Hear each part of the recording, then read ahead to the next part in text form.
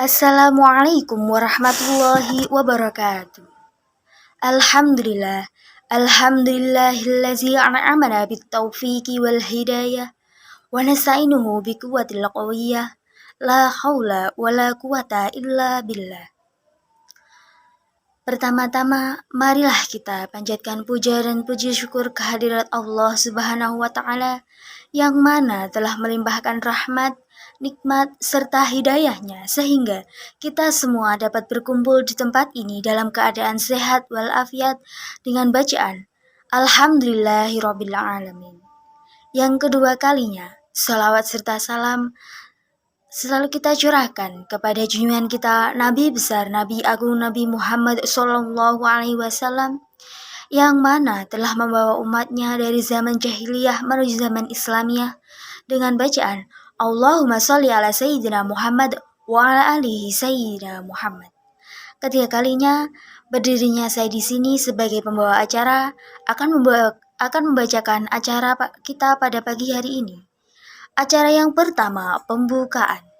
Acara yang kedua, pembacaan ayat suci Al-Quran. Acara yang ketiga, sambutan-sambutan. Memasuki acara yang pertama, yakni pembukaan. Marilah kita buka acara kita pada pagi hari ini dengan bacaan suratul Fatihah. Ala hadhihi niyah wa kullu niyatin sholihah. Al-Fatihah. Amin, amin, amin ya robbal alamin. Acara yang kedua yakni pembacaan ayat suci Al-Quran. Kepada rekan yang bertugas, saya persilahkan. Bismillahirrahmanirrahim. Assalamualaikum warahmatullahi wabarakatuh. Salam pelajar, belajar, berjuang, bertakwa. Oke, baiklah rekan-rekan kita semuanya. Perkenalkan, nama saya Binti Latifatul Maghfirah dari Prodi PAI semester 5. Saya biasa dipanggil dengan rekanita Latifah. Baiklah, sebelum kita masuk ke materi, saya ingin menanyakan sesuatu kepada rekan-rekanita semuanya. Saya mempunyai sebuah benda. Kalian semua pasti sudah tidak asing dengan benda ini. Ya, ini adalah sebuah gelas kosong. Kita akan membuat filosofi mengenai gelas ini.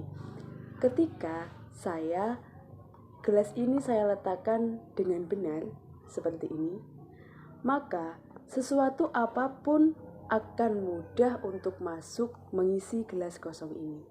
Beda halnya ketika gelas ini saya letakkan sedikit condong entah ke kanan, ke kiri, ke depan ataupun ke belakang. Bahkan jika benda ini saya letakkan tengkurap seperti ini, akan menimbulkan sulitnya sesuatu untuk masuk mengisi gelas kosong ini.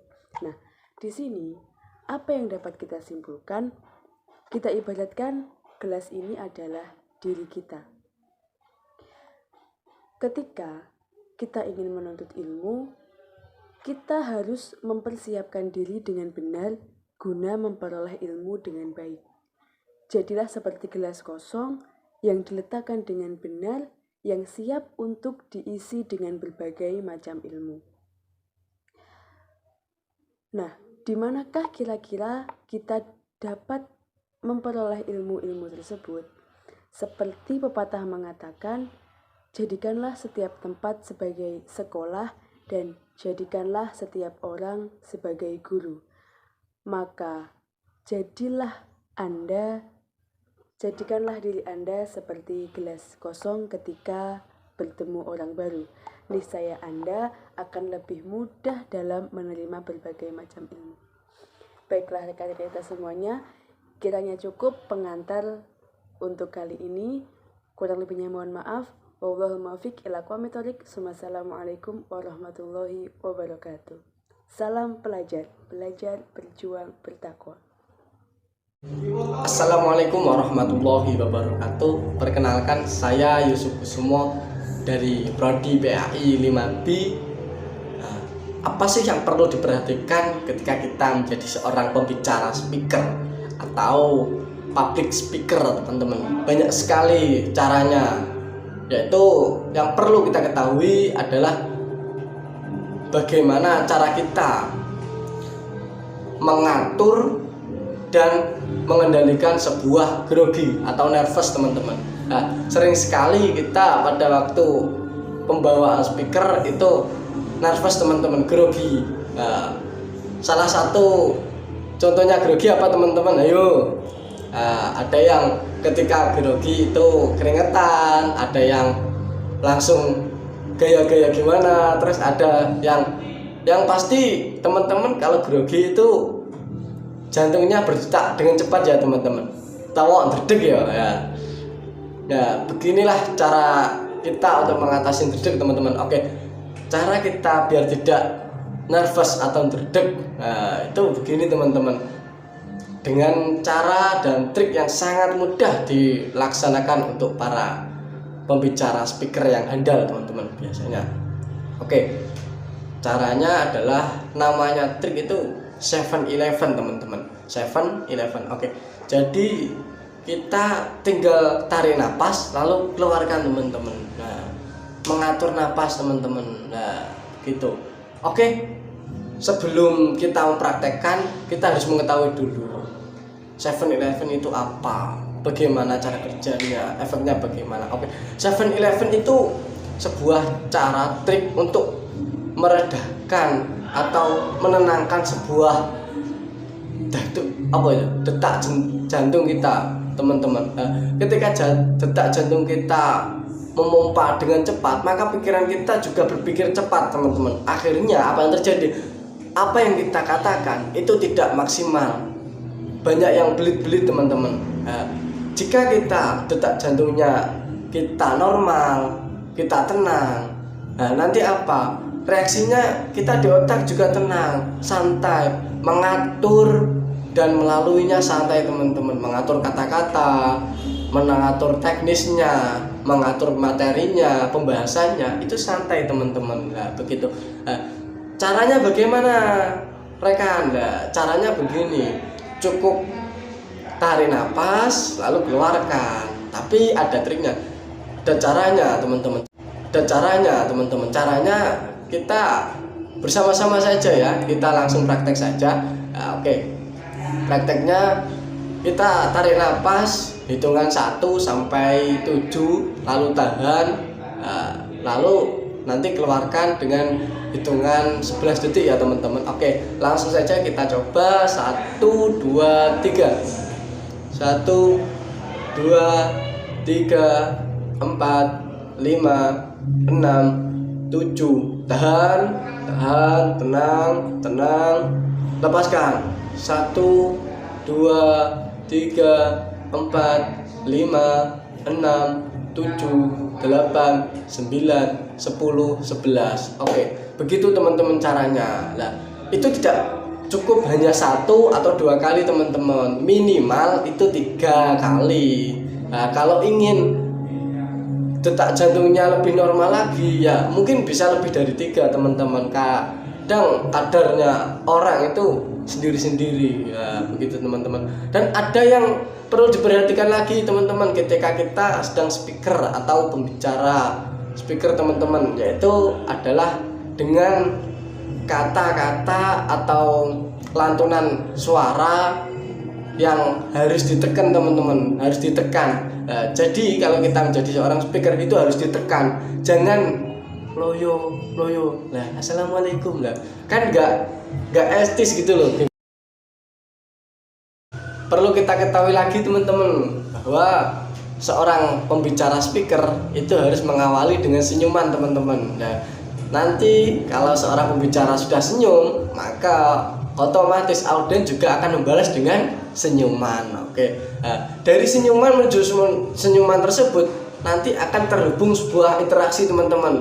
Interaksi yang sangat hangat dan mudah untuk ditangkap ketika pembicara speaker itu menyampaikan sesuatu dan audien itu juga bisa menangkap dengan cakap teman-teman. Oke.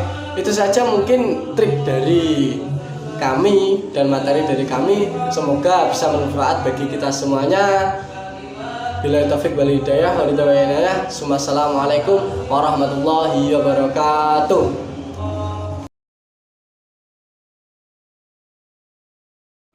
Assalamualaikum warahmatullahi wabarakatuh. saya akan menjelaskan sedikit tentang ice breaking.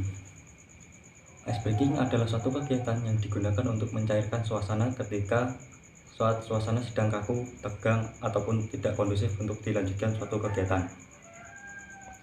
Kegiatan ini bertujuan untuk mengembalikan fokus peserta didik agar peserta didik mampu mengikuti kegiatan secara lancar, aman, kondusif, dan tidak ngantuk ataupun apapun itu. Dan biasanya kegiatan ice breaking ini digunakan untuk sebuah permainan yang menggunakan gerak seluruh tubuh. Biasanya itu agar lebih efektif, agar tidak banyak memperpanjang durasi ataupun resolusi video. Saya potong saja, langsung saya berikan contoh satu permainan seperti ini. Ketika saya mengatakan pagi, tepuk 1 kali, ketika siang 2 kali, ketika sore 3 kali, dan malam setengah.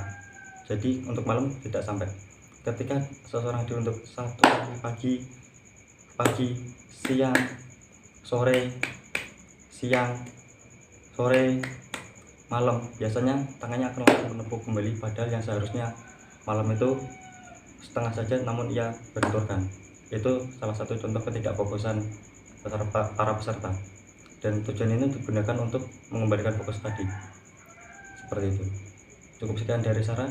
Wassalamualaikum warahmatullahi wabarakatuh. Baik, disampaikan terima kasih kepada rekan Yusuf yang telah memaparkan materi tentang TOT 3 atau Training of Trainer 3 PKPTI Pangeran Diponegoro Nganjuk, yang mana TOT ini diselenggarakan dengan tujuan untuk membentuk panjenengan menjadi seorang fasilitator atau seorang pelatih, dan menyiapkan panjenengan menjadi orang yang mampu berbicara di dalam sebuah forum atau di hadapan sebuah forum. Oh ya, saya ingin mendengar jargon panjenengan tadi. TOT 3 PKPTI Pangeran Diponegoro Nganjuk. Siap, kuat, semangat. Oke, tadi sudah banyak materi yang telah disampaikan oleh pemateri, mulai dari analisis SWOT, manajemen pelatih, manajemen administrasi, manajemen media, manajemen peserta pelatih, dan ice breaking, dan masih banyak lagi. Tadi panjenengan sudah tahu ya bagaimana mengatasi sebuah nervous pada saat kita di dalam sebuah forum atau di hadapan sebuah forum. Mengatasi nervous pada diri kita, terus bagaimana kita itu bersikap di hadapan forum, bagaimana kita berdiri, bagaimana kita berbicara, bagaimana cara kita menguasai sebuah forum.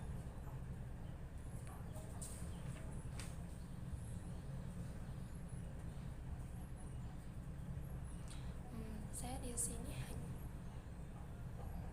di sini akan menyimpulkan dari materi-materi yang telah disampaikan tadi, bahwasanya orang-orang sukses adalah orang-orang yang mau berproses. Jadi sebuah proses itu penting dalam menggapai kesuksesan. Jadi panjenengan sedaya jangan berhenti berproses, teruslah berproses. Dan di PKPTI Pangeran Diponegoro ini, jadikanlah sebagai wadah, sebagai tempat untuk panjenengan semua berproses menjadi seorang yang lebih baik lagi, menjadi seorang yang lebih bermanfaat